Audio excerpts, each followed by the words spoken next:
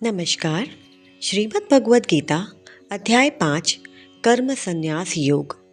अर्जुन बोले, हे कृष्ण, तुमने पहले कर्मों का त्याग करने को कहा, फिर कर्म की प्रशंसा करते हो। इन दोनों में से जो अधिक हितकर है वह एक बात निश्चय करके बतलाओ। श्री कृष्ण बोले, कर्मों का त्याग और कर्मों का करना ये दोनों ही मोक्ष देने वाले हैं, परंतु इन दोनों में कर्म त्याग से कर्म योग हितकर है। जो किसी से द्वेष नहीं रखता, न किसी पदार्थ की इच्छा करता है, वह सन्यासी है। ऐसा पुरुष संसार के बंधनों से छूट जाता है।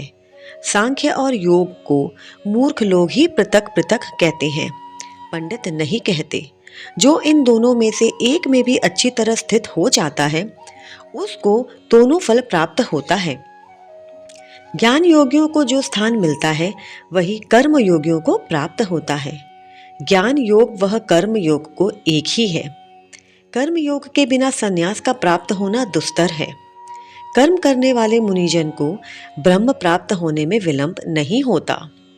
कर्म योग युक्त शुद्ध अंतःकरण वाला मन तथा इंद्रियों को जीतने वाला, संपूर्ण प्राणियों में अपनी आत्मा को देखने वाला, कर्म करता हुआ भी कर्म फल से लिप्त नहीं होता।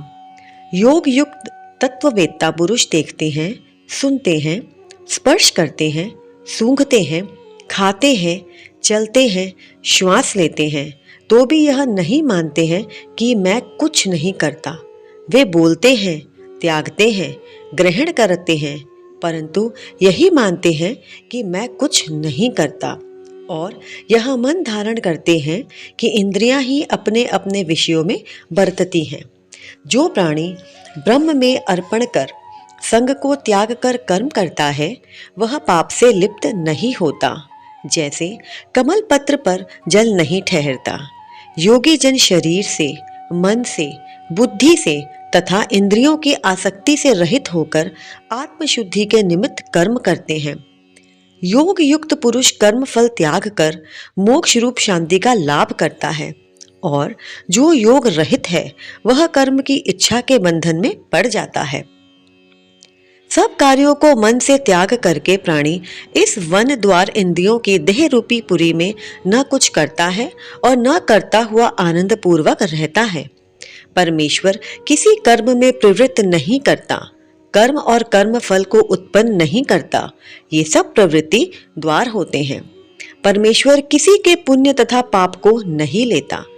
ज्ञान जो अज्ञान से आच्छादित है, उससे जीव मोह को प्राप्त हो जाते हैं, परंतु आत्मज्ञान के द्वारा जिनका अज्ञान नष्ट हो गया है, उनका वह आत्मज्ञान परमेश्वर के रूप को ऐसा भासित करता है जिस प्रकार सूर्य संपूर्ण संसार को प्रकाशित कर देता है।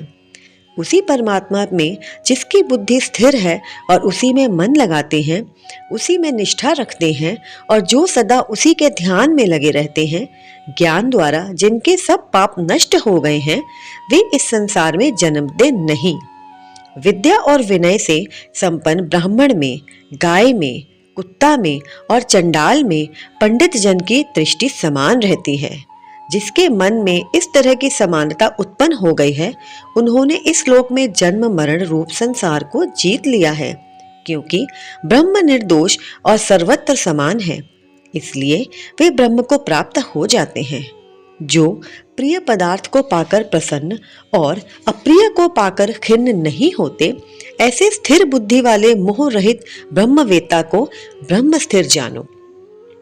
बाहरी पदार्थों में जो चित्त को आसक्त नहीं होने देता, वही आत्म सुख का अनुभव करता है, और ब्रह्म में अंतःकरण को मिला अक्षय सुख मोक्ष प्राप्त करता है। वे इंद्रियों के स्पर्श से जो भोग देते हैं, वे वस्तुतः दुखदायी होते हैं। उनका आदि भी है और अंत भी है। हे कौन्तेय, ज्ञानी लोग ऐसे भोगों में रत नहीं होते। शरीर छूटने के पहले जो मनुष्य काम और क्रोध के वेग को सहन करने में समर्थ होता है, वह योगी और सच्चा सुखी होता है। जो योगी आत्म सुख में सुखी, अंतरात्मा के आनंद से आनंदित और अंतर ज्योति से ही प्रकाशित है, वह ब्रह्म रूप होकर ब्रह्म निर्वाण मोक्ष को प्राप्त होता है। पाप जिसके नष्ट हो गए हैं, कुबुद्धि दूर हो गई है, मन को जिन्होंने वश में कर लिया है, जीव मात्र का जो हित चाहते हैं, ऐसे योगी को ब्रह्म निर्वाण प्राप्त होता है। काम तथा क्रोध जिनमें नहीं है, मन के वेग को जिसने रोक लिया है, ऐसे आत्मज्ञानी योगियों को ब्रह्म निर्वाण सहज ही प्राप्त होता है। बाहरी पदार्थों के संयोग से अलग रहकर दोनों भौहों के बीच में दृष्टि लगाकर नासिका के भीतर चलने वाले प्राण अपान वायु को सम करके इंद्रियां, मन और बुद्धि को वश में करके इच्छा, भय तथा क्रोध को त्याग मोक्ष की इच्छा करने वाले योगी जीवन मुक्त हैं। जो मुझको सब यज्ञों और तपों का भोक्ता, संपूर्ण लोगों का स्वामी और सब प्राणियों का मित्र जानते हैं, उन्हीं को शांति प्राप्त होती है। 5वें अध्याय का महत्व। श्री भगवान जी बोले, हे लक्ष्मी, 5वें अध्याय का महत्व सुन। एक ब्राह्मण पिंगल नाम का अपने धर्म से भ्रष्ट हुआ। वह कुसंग में बैठे, मच्छी मांस खावे, मदिरा पान करे, जुआ खेले। दैव योग से वह पिंगल एक राजा के यहाँ नौकर हो गया। राजा के पास और लोगों की चुगलियां किया करे। जब बहुत दिन बीते तब वह धनवंत हो गया। तब उसने अपना विवाह कर लिया, परंतु स्त्री व्यभिचारिणी आई। वह स्त्री को मारता। उस स्त्री ने दुखी होकर अपने पति को विष दे दिया।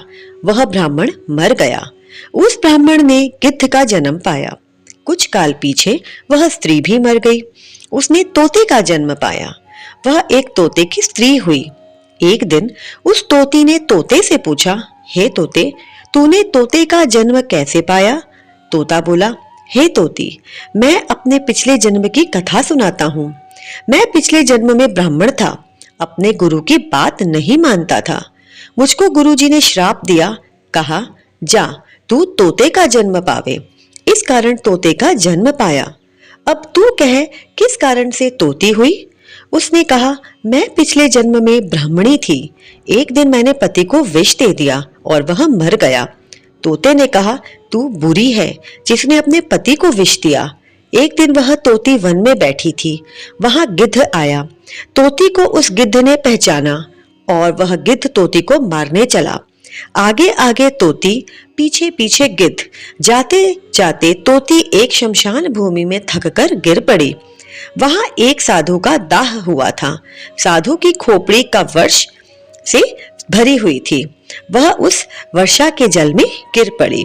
इतने में गिद्ध आया और तोती को मारने लगा।